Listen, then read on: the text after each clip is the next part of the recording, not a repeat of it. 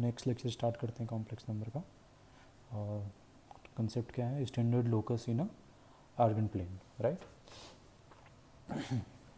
हम देखो यहाँ पे क्या गिवन क्या है, if P Z is a variable point, मतलब वो आर्गन प्लेन में कहीं भी क्या करेगा, मूव करेगा और कोई एक लोकस ट्रेस करेगा, एक पाथ ट्रेस करेगा। And with respect to two fix point, ये Z1 एंड Z2 क्या हैं, दो फिक्स्ड पॉइंट्स है आर्गन प्लेन पे, और Z क्या है हमारा वेरिएबल पॉइंट। तो इसमें होगा क्या, बेसिकली Z1 एंड Z2 में डिफरेंट टाइप्स के रिलेशन गिवन रहेंगे या कंडीशंस गिवन रहेंगे।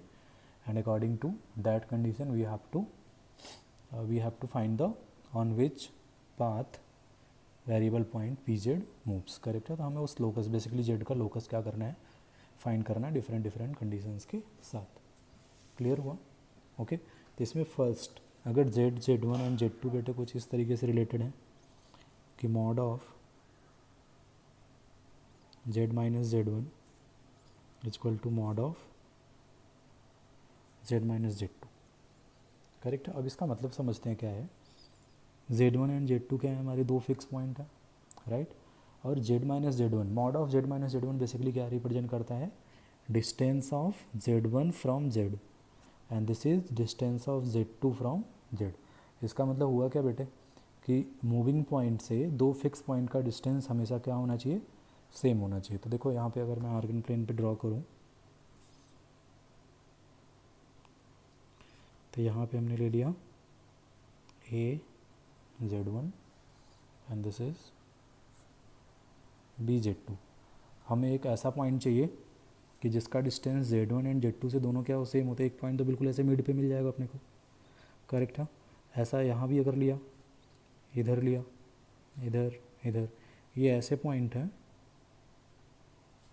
जहाँ से Z1 और Z2 दोनों का डिस्टेंस क्या होने वाला है, सेम होगा। तो अब देखो ये क्या, ये लोकस क्या दिख रहा है, एक लाइन दिख रहा है। और लाइन से भी इम्पॉर्टेंट क्या है बेटे, कि इसके मिड पॉइंट से ये एक लाइन जो हमने ज्वाइन करा, Z1 Z2 को ज्वाइन करने वाली जो लाइन है, उसके मिड पॉइंट से पास कर रहा है और परपेंडिकुलर है। This is P Z. तो इसका मतलब हुआ क्या, दिस इज परपेंडिकुलर बाइसेक्टर। इसका मतलब हम लिख सकते हैं locus of Z will be perpendicular bisector of line joining Z1 and Z2। तो Z1 Z2 एंड Z अगर इस रिलेशन से क्या है, मतलब ये कंडीशन फॉलो कर रहे हैं, तो इसका मतलब Z का जो लोकस होगा क्या होगा, एक स्ट्रेट लाइन होगा, and that straight line will be perpendicular bisector of line joining Z1 and Z2, right. Next पे चलते हैं, सेकेंड पार्ट पे। अगर कुछ इस तरीके का रिलेशन दिखा है, mod of Z minus Z1 plus mod of Z minus Z2 is equal to mod of Z1 minus Z2। अब इसका थोड़ा सा ज्योमेट्रिकल मीनिंग समझते हैं। ये क्या रिप्रेजेंट करता है, ये क्या रिप्रेजेंट करता है, Z1 का डिस्टेंस कहाँ से, Z से, एंड दिस इज Z2 का डिस्टेंस फ्रॉम Z, और ये क्या है, Z1 और Z2 के बीच का डिस्टेंस। अब ये इन दोनों का सम इसके सेम इक्वल होना चाहिए। तो ये कभी पॉसिबल है,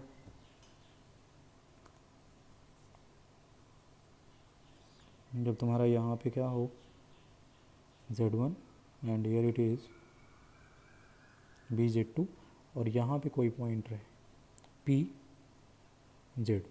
तो देखो ये डिस्टेंस क्या होगा, mod of Z minus Z1 and that distance will be mod of Z minus Z2, correct है। तो अगर Z1 और Z2 में ऐसा रिलेशन है, तो इसका मतलब ये पी जेड क्या होगा, इस लाइन पे कहीं भी क्या करेगा, मूव करेगा, करेक्ट है। ओके, तो क्या हो जाना ये, तो locus of therefore locus of pz will be line segment joining Z1 and Z2 इसी सेगमेंट पे रहेगा, इससे बाहर नहीं जा सकता। करेक्ट है, तो ये दूसरा टाइप का हो गया। ओके, थर्ड चलते हैं बेटे। अगर कुछ इस तरीके का रिलेशन दिखे तुमको,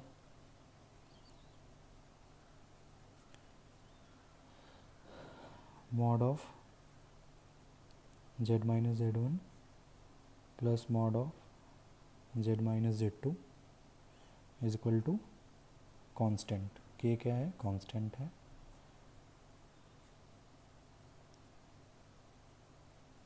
अच्छा, अब बताओ ये कांस्टेंट है और के को क्या होना पड़ेगा? और भी बहुत सारे कंडीशंस होंगे।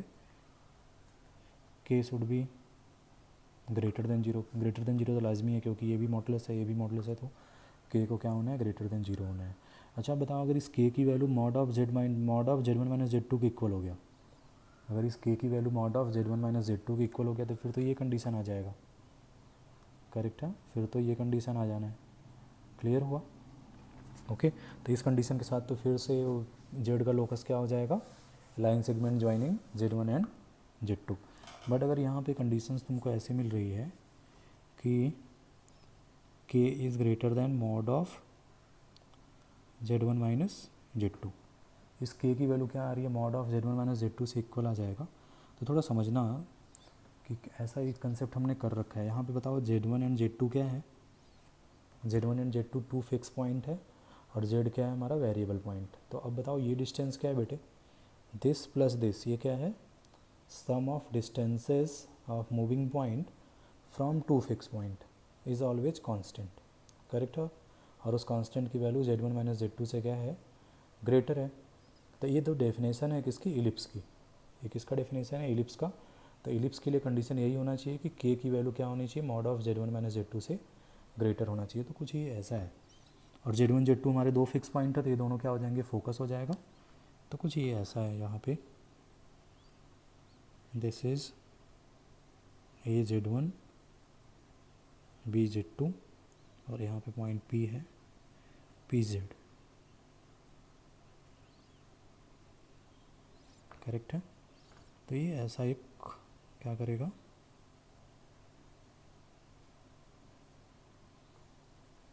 एक ऐसा एलिप्स फॉर्म करेगा।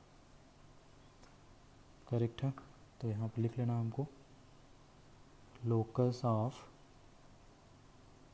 PZ will be ellipse. Correct है, PZ का लोकस क्या होगा? एलिप्स होगा। करेक्ट है।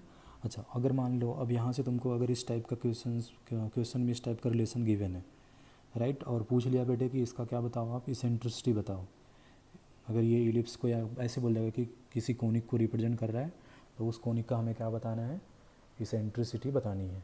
तो अब चलो तुमको पता तो लग जाएगा कि ये इलिप्स है। तो क्या अब इसको हम ऐसा थोड़ी ना करेंगे कि जेड को X plus iota Y put करके इसको पूरा सॉल्व करके इलिप्स का इक्वेशन ला रहे हैं और उसके बाद फिर क्या निकाल के ला रहे हैं? हम इलिप्स निकाल रहे हैं। करेक्ट है, इलिप्स का डेफिनेशन ऐसे भी हम बना सकते हैं कि बताओ इसके बीच का जो डिस्टेंस होता है, फोकस के बीच का जो डिस्टेंस होता है वो कितना होता है? 2AE। क्या होता है? 2AE and AP plus BP, ये बताया था मैंने, कितना होता है? 2A। करेक्ट है, मेजर एक्सिस के इक्वल होता है। इसका मतलब इसेंट्रिसिटी इसकी कितनी हो जानी? इसेंट्रिसिटी कितना हो जाएगा? 2AE, तो कितना आ जाएगा ये? AB upon AP plus BP। तो AB का मतलब क्या हो गया? Mod of Z1 minus Z2, और AP का मतलब क्या हो गया? Mod of Z minus Z1 plus mod of Z minus Z2। और इसकी वैल्यू तो क्या है? K गिवन है, जो कांस्टेंट है वही हम यूज़ कर लेंगे यहाँ पे। तो डायरेक्ट क्या आ जाएगा? Mod of Z1 minus Z2 upon K, that will B eccentricity of that conics. बात क्लियर हो रही? बट लेकिन बेटे ध्यान से देखना कि इलिप्स ये कब रिप्रेजेंट करेगा? जब K की वैल्यू क्या होगी? Mod of Z1 minus Z2 से ग्रेटर होगी। बात क्लियर हो रही है? ओके, ठीक है। एंड अगर K की value mod of Z1 minus Z2 के इक्वल हो गया, तो ये हमारा सेकेंड केस बन जाएगा, ये वाला केस। राइट, नेक्स्ट पे चलते हैं।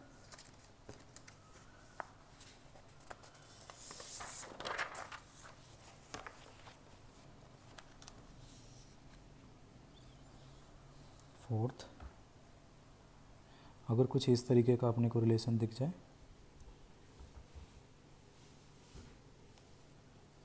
कि mod of z minus Z one mod of z minus Z one minus mod of z minus Z two और फिर टोटल का मॉड इज इक्वल टू क्या दिखे, कांस्टेंट k। क्लियर? ओके। और इस k की वैल्यू क्या हो जाए बेटे, k should be less than mod of z1 minus z2। k की वैल्यू क्या आ रही है, लेस देन आ रही mod of z1 minus z2। तो बेसिकली अगर मैं इसको देखूँ तो इसका अगर ऐसे ज्योमेट्रिकल इंटरप्रिटेशन किया जाए तो ये क्या है, डिफरेंस ऑफ डिस्टेंसेज है। z माइनस जेड वन का mod minus z minus Z two क्या है, difference of distances of two fix point from a moving point. Correct है? और वो डिफरेंस क्या आ रहा है, कांस्टेंट आ रहा है। तो ये भी तो डेफिनेशन है किसका, हाइपरबोला का डेफिनेशन है। बात क्लियर हो रही है? तो कुछ ही ऐसा एक फिगर बनेगा।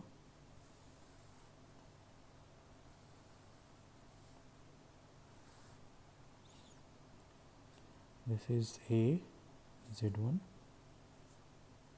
b z2 और यहाँ पे तुम्हारा कहीं pz। करेक्ट है? Okay.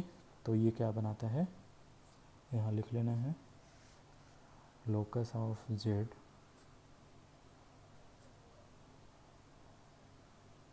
Will be hyperbola with focus at z1 and z2। तो अब क्वेश्चन तुमसे पूछ सकता है कि अगर ये किसी कोनिक को रिप्रेजेंट कर रहा है तो अपने को बेटे रिलेशन देख के तो पता लग जाएगा कि हाइपरबोला को रिप्रेजेंट कर रहा है। तो अगर उसका क्या पूछ दे, इसेंट्रिसिटी पूछ दे, तो इसेंट्रिसिटी अगेन क्या होगा, इसेंट्रिसिटी यहाँ पे भी क्या होगा, यहाँ पे भी सेंटर के बीच का, फोकस के बीच का जो डिस्टेंस होता है वो कितना होता है, 2AE होता है। और इसकी वैल्यू क्या होती है, 2A के इक्वल होती है। राइट? 2A मतलब हो गया यहाँ पे क्या हो गया, अब इसमें जैसे इलिप्स में तुम्हारा मेजर और माइनर एक्सिस होता है, वैसे वहाँ पे क्या होता है, हाइपरबोला में क्या होता है, ट्रांसवर्स एक्सिस एंड दूसरा, करेक्ट है, ट्रांसवर्स एक्सिस होता है और एक कॉन्जुगेट एक्सिस होता है। तो ये जो डिफरेंस होता है ना, डिस्टेंस का जो डिफरेंस होता है वो क्या होता है, ट्रांसवर्स एक्सिस के लेंथ के इक्वल होता है। तो ऊपर क्या आना चाहिए, 2AE और नीचे क्या आना चाहिए, 2A। तो 2AE मतलब क्या हो गया, AB के बीच का डिस्टेंस, तो क्या हो जाना है, AB upon AP minus BP का मॉड। तो E कितना आ जाएगा बेटे, mod of Z1 minus Z2 और AP माइनस BP का मॉड तो कितना दे रखा है, K दे रखा है। तो this will be the expression for eccentricity of conics represented by this relation। Clear? Next पे चलते हैं, फिफ्थ वन। अगर कभी इस टाइप का रिलेशन दिखे, z माइनस जेड वन का whole square plus mod of z minus Z two का whole square is equal to mod of z1 minus z2 का होल स्क्वायर। अब इसको देखा जाए बेटे ध्यान से तो ये क्या है, कुछ पाइथागोरस थ्योरम जैसा लग रहा है। ये क्या है, z का डिस्टेंस z1 से, this is distance of z from z2 and this is the distance between z1 and z2। तो ये पाइथागोरस के थ्योरम की तरह लग रहा है। तो इसका मतलब z1 एंड z2 क्या बनाएंगे, एक राइट एंगल ट्रायंगल बनाएंगे।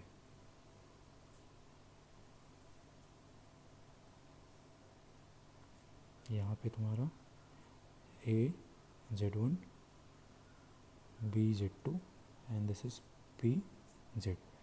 ओके, तो ये मिला अपने को। तो अब इसका लोकस क्या होगा, p का लोकस क्या होगा। अब ये p पॉइंट अगर किसी सर्कल पे मूव करता है जिसका a और b क्या है, डायमीटर है, तो हमेशा क्या होगा, इस रिलेशन को सेटिस्फाई करेंगे। तो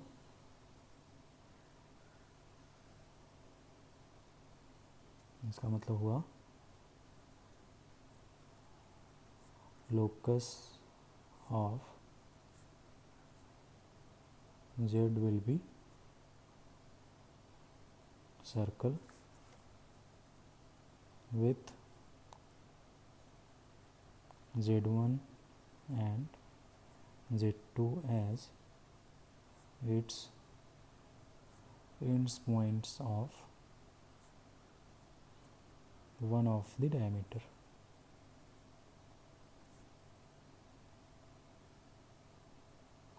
करेक्ट है। Z1 Z2 क्या होंगे, एंड पॉइंट होंगे वन ऑफ द डायमीटर के। अब मान लो तुमको क्वेश्चन दे दिया कि ये जिसको या जिस भी ज्योमेट्री को रिप्रेजेंट कर रहा है उसका एरिया फाइंड करो, तो एरिया के लिए अपने को क्या चाहिए होता है, रेडियस चाहिए होता है। तो अपने को पता लगेगा कि इसका डायमीटर कितना होगा, mod of Z1 minus Z2, तो वहाँ से हम एरिया भी ईजिली कैलकुलेट कर सकते हैं। Sorry, clear. नेक्स्ट पे 6th पॉइंट, कभी बेटे अगर इस तरीके का रिलेशन मिल जाए, Z minus Z1 equal to K time mod of Z minus Z2, clear हुआ। अच्छा अब बताओ अगर K की वैल्यू 1 हो गई, K की वैल्यू 1 हो गई और Z को अगर मैंने x plus iota Y put करा, या तो फिर हम ऐसे भी देख सकते हैं कि नहीं, अगर K की वैल्यू 1 हो गई और हम इसको क्या करते हैं, अगर होल स्क्वायर करते हैं और Z को अगर हमने x plus iota Y put करा है, तो X square and Y square का टर्म तो कैंसिल ही हो जाना है। करेक्ट है, एक्स स्क्वायर वाई स्क्वायर का टर्म कैंसिल हो जाएगा, तो जो बचेगा वो क्या होगा, एक स्ट्रेट लाइन बचेगा and that will be the perpendicular bisector of line joining Z1 and Z2, जो ऑलरेडी हमने कवर कर चुका है। लेकिन अगर Z की वैल्यू बेटे अगर 1 नहीं है, करेक्ट है, यहाँ पर लिख लेना, इफ़ K, Z की वैल्यू बोल रहा हूँ, K की value, if K does not equal to 1, अगर K की वैल्यू 1 नहीं है तो X square and Y square के टर्म बचेंगे, करेक्ट है, और एक्स वाई के और कांस्टेंट टर्म भी रहेंगे उसमें, ओके। एंड दोनों में जो भी इक्वेशन मिलेगा उसमें X square and Y square का कोफिशिएंट क्या रहने वाला है, सेम रहने वाला है। तो वो क्या क्या रिप्रेजेंट करता है, एक सर्कल को रिप्रेजेंट करेगा। तो यहाँ पे हम लिख सकते हैं locus of Z, locus of Z will be क्या हो जाएगा, सर्कल, करेक्ट है। जेड का लोकस क्या हो जाना, सर्कल हो जाएगा, राइट। ठीक है, तो this is all about standard loci. अब इस पे क्वेश्चंस कर लेते हैं कुछ, ठीक है। एक नंबर एक क्वेश्चन लिखना,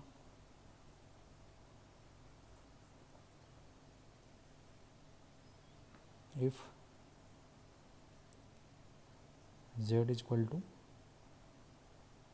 lambda plus 3 minus iota time under root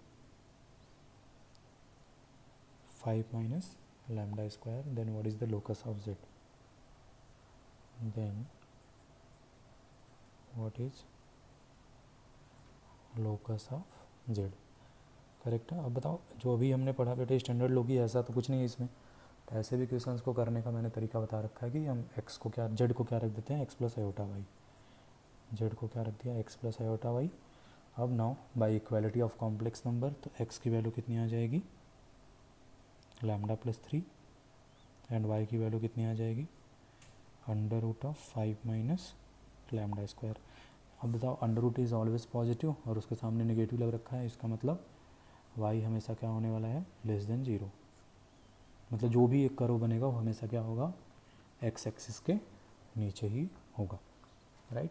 अच्छा अब हमें चाहिए क्या, लोकस फाइंड करना है, तो we need a relation between x and y। तो एक्स वाई में रिलेशन के लिए अपने को क्या करना पड़ेगा, लैम्डा को एलिमिनेट करना पड़ेगा। तो यहाँ से अगर मैं होल स्क्वायर कर देता हूँ तो ये कितना आ जाएगा,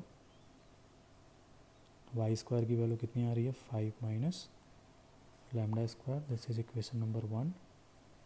अच्छा अब इसको अगर करा तो ये क्या हो जाएगा, x माइनस 3 का whole square equal to lambda square, this is equation number 2।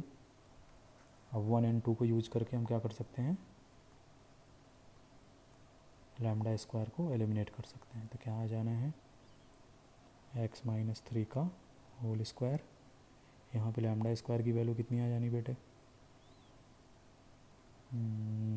Equal to है ना, यहाँ से लैम्डा स्क्वायर की वैल्यू कितनी आ जाएगी 5 माइनस वाई स्क्वायर, तो क्या आ गया ये x माइनस 3 का whole square plus Y square equal to कितना 5। तो ये क्या हो गया सर्कल, करेक्ट है, जिसका सेंटर कहाँ पे आ जाएगा, सेंटर कहाँ दिख रहा है 3,0 पे एंड रेडियस इज √5। अगर मैं इसको ड्रॉ करूँगा 3,0 इज़ हियर एंड रेडियस कितना है √5, तो नियरली इधर से आएगा, लेकिन इसका कौन सा पार्ट अपने को लेना है जो वाई एक्सिस के क्या हो, ये लेस देन और इक्वल टू 0 होगा, वाई एक्सिस के नीचे वाला तो कुछ है ऐसा मिलेगा अपने को, ये पार्ट यही लोकस मिलेगा, इसके ऊपर हमें जाना नहीं है क्योंकि वाई हमारा क्या है लेस देन और इक्वल टू, करेक्ट है। तो this will be the locus of Z।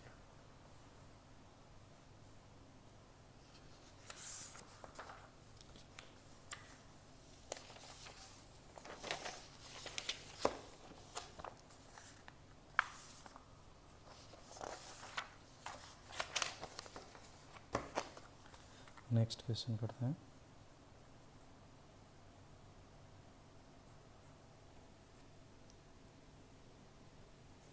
if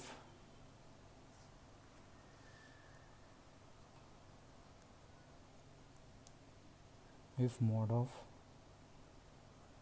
z plus 4 का whole square minus z minus 4 का whole square is equal to 8, then find the value of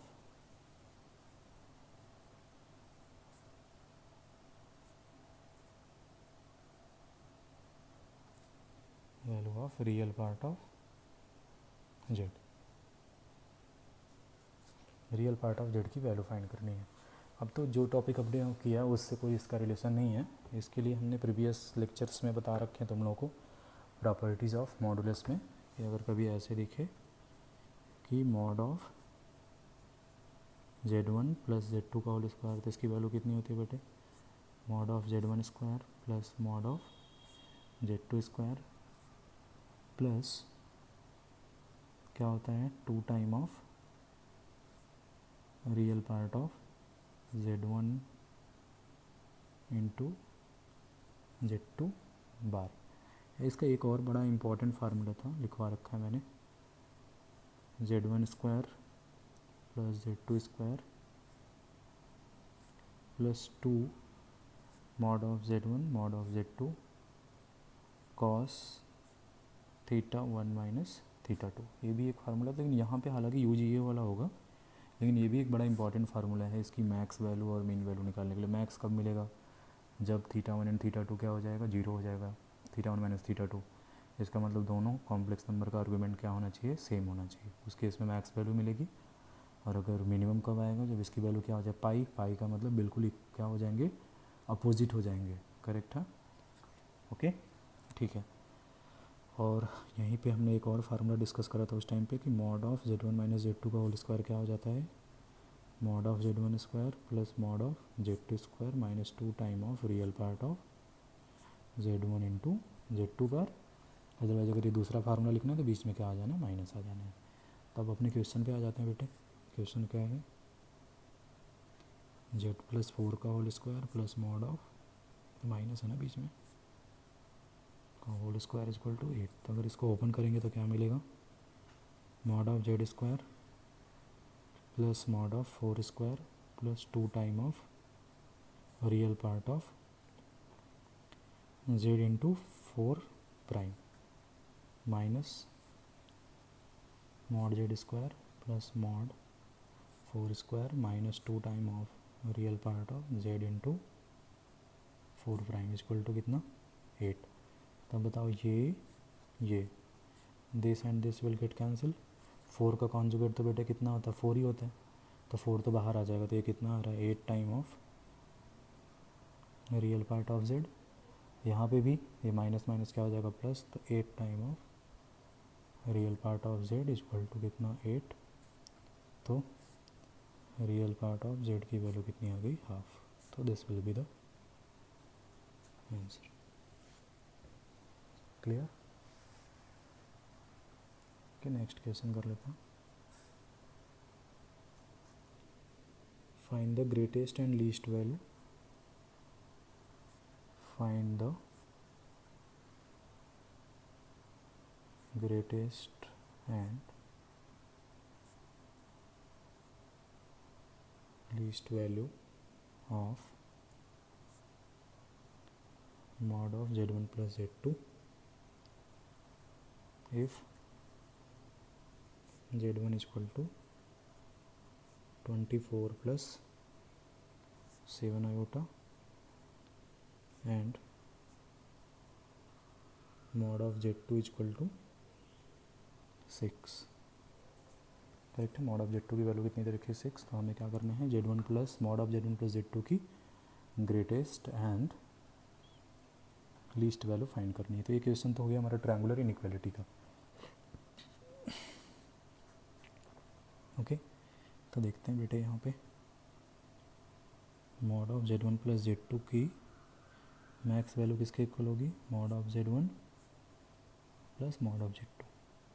correct है. तो mod of z1 का मतलब क्या हो गया अंडर रूट 24 का स्क्वायर प्लस 7 का स्क्वायर. इसकी वैल्यू कितनी दी है 6. This is 25 plus 6. The answer is 31. First one. Second z1 plus z2 की मीन वैल्यू क्या होती है mod of z1 minus mod of z2 का मॉड. तो कितना आ जाएगा ये 25 minus 6. Answer is coming out to be 19. तो दिस विल बी द ये मैक्स वैल्यू है और ये मीन वैल्यू है. Next question.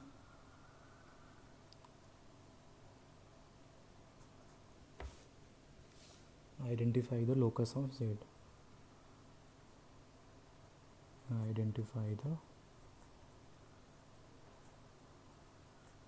locus of z if z bar is equal to a bar plus r square upon z minus a और दे रखा है r greater than 0 है. तो हमें क्या करना है लोकस फाइंड करना है. तो देखेंगे बेटे क्या है. इधर z बार दिख रहा है इधर a बार. इनको इधर शिफ्ट कर लो. तो z bar minus a bar की वैल्यू कितनी आ जानी r square upon z minus a. तो ये क्या हो जाएगा इसको हम ऐसा लिख सकते हैं z माइनस a का bar into z minus a. Right. तो ये कितना आ रहा है आर स्क्वायर. तो ये तो प्रॉपर्टी है हमारी कि z इंटू जेड बार क्या होता है मॉड z का स्क्वायर. तो ये क्या हो जाना है बेटे mod of z minus a का whole square is equal to r square. तो this is circle.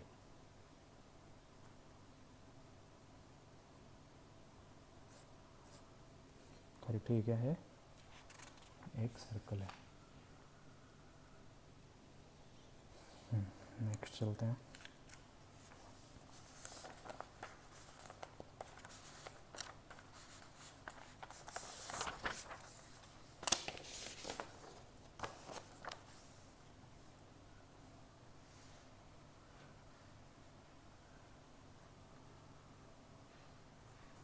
Next question है if z be any complex number.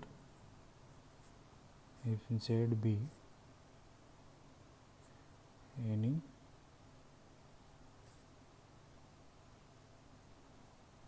complex number such that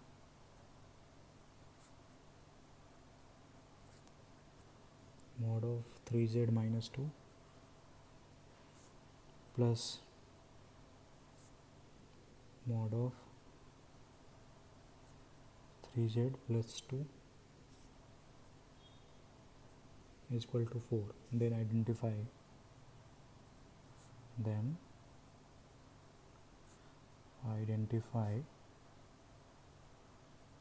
the locus of z. Solution. Okay देखते हैं कैसे करना है बेटे इसको. अब देखो कुछ हमारा इस तरीके से दिख रहा है ये वाला z minus z1 z minus z2 equal to constant type जैसा दिख रहा है. तो ये एलिप्स भी रिप्रेजेंट कर सकता है और line segment joining the points Z1 and Z2 भी क्या कर सकता है, रिप्रेजेंट कर सकता है। वो k की वैल्यू पे डिपेंड करता है। तो पहले तो हम यहाँ से इसको इस फॉर्म में कन्वर्ट करते हैं। अगर मैं 3 कॉमन लिया यहाँ से भी और यहाँ से, तो क्या आ जाएगा ये Z माइनस 2/3 का मॉड प्लस Z प्लस 2/3 का मॉड इक्वल टू कितना बेटे 4/3। करेक्ट है। तो अब देखो यहाँ पे जो k की वैल्यू आई हमारी, k की वैल्यू किसके इक्वल आ रही है, mod of Z1 minus Z2 के इक्वल आ रही है। क्योंकि यहाँ पे देखो Z1 कितना है 2/3 and this is minus 2/3, minus करेंगे तो ऐड होके कितना आ रहा है, ओके तो इसके इक्वल ही आ रही है। मतलब यहाँ पे Z का जो लोकस होगा, locus of Z will be locus of Z will be line joining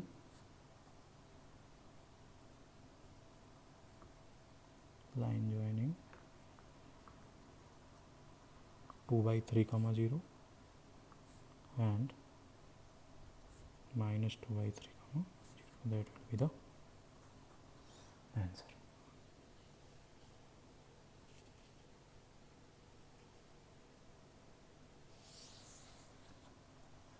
Okay. Next question. Next question है find the locus of point Z. Find the locus of point Z so that Z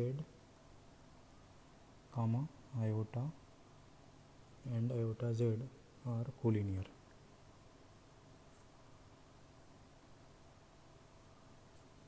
correct है। ये points अगर क्या हो जाए collinear, तो हमें क्या फाइंड करना है, लोकस ऑफ Z फाइंड करना है, राइट। तो अब यहाँ पे इस क्वेश्चन को बेटे Z को हम क्या लेंगे, x plus iota y, iota कितना हो जाना है 0 प्लस आयोटा, और आयोटा Z कितना हो जाएगा minus y plus iota x. अब ये तीनों पॉइंट्स इसको पॉइंट के फॉर्म में लिखेंगे, तो ये क्या हो जाना है x comma y, this will be 0 comma 1 and this will be minus y comma x. अभी तीनों पॉइंट्स अगर कोलिनियर होंगे, इसका मतलब जो ट्रायंगल बनेगा इनसे उसका एरिया क्या होगा 0 होगा। तो क्या हो जाना ये x y 1 0 1 1 and minus y x and 1।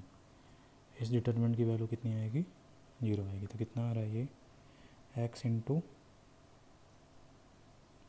1 minus x minus y, ये लिया तो कितना आएगा प्लस वाई आ जाएगा ना, और ये 1 इंटू कितना आ रहा है y टू 0। तो क्या मिल रहा है अपने को minus x square minus y square plus x plus y equal to 0। तो कुछ ऐसा हो गया ये x square plus Y square minus x minus y equal to 0। तो locus of Z will be circle correct है, सर्कल होगा इसका। ठीक है, इस लेक्चर में यहीं तक कवर करते हैं, फिर आगे देखते हैं।